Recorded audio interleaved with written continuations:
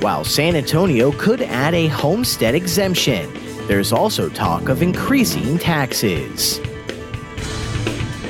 Property values near the Pearl continue a 5-year rise.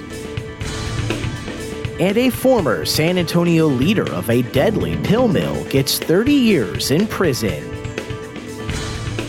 This is your Express Briefing podcast for Monday, June 24th. Subscribe to this and other free content at expressnews.com/podcasts. And get each day's top news and sports headlines delivered to your inbox at expressnews.com/newsletters.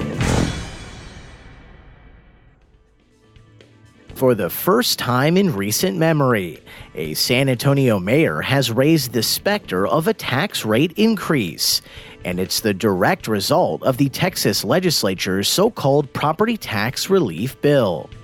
But at the same time, Mayor Ron Nirenberg and San Antonio City Council members have also moved closer to introducing a $5,000 homestead exemption that next year would save a homeowner an estimated $28 on the annual tax bill.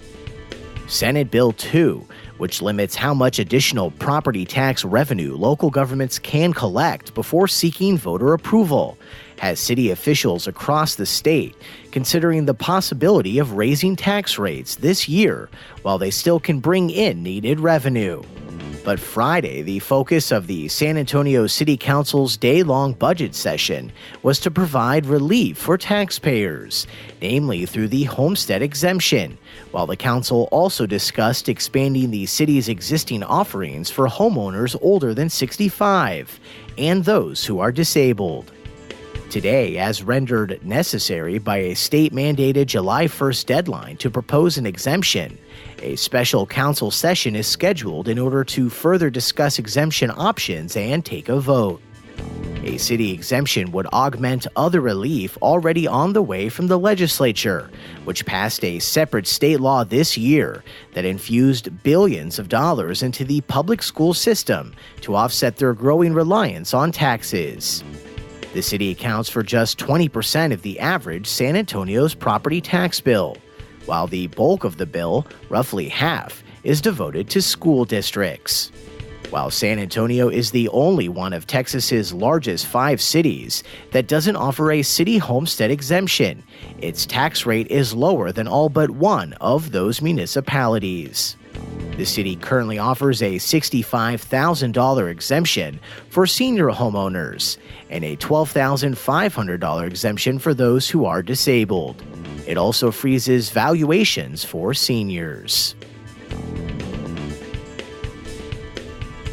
The redevelopment of the defunct Pearl Brewery into a hub of trendy restaurants, retailers, and residences sparked a wave of construction along the Broadway corridor, won national accolades, and helped spur interest in San Antonio's dormant downtown.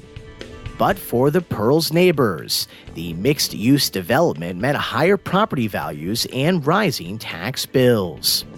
Home values within a mile of the Pearl more than doubled in the past 5 years, spiking nearly 120% from 2015 to 2019, while at the same time, business owners' land values in that radius rose more than 63%.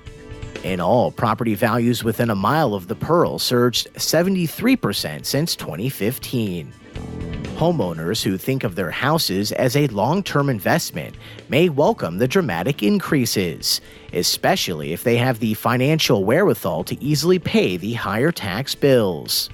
But the valuation hikes are also the latest sign that the decade-long drive by elected officials and developers to revitalize the urban core is making it harder for residents who have long called the downtown area home to remain there.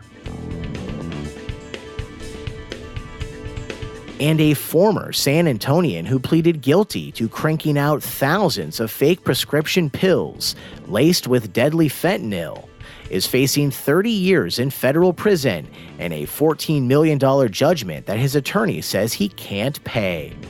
30-year-old Ala Muhammad Alawi took a plea deal late Wednesday following a pretrial hearing.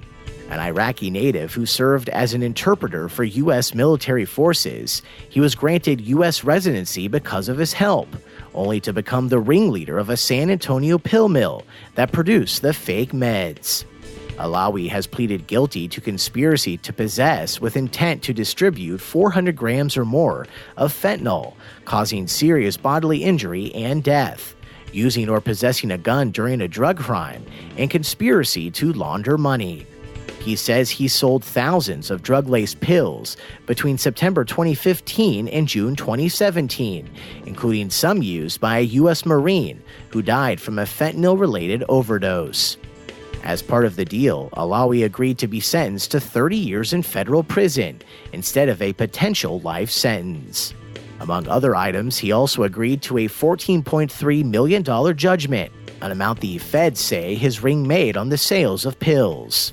But it appears that money is long gone and likely may never be collected.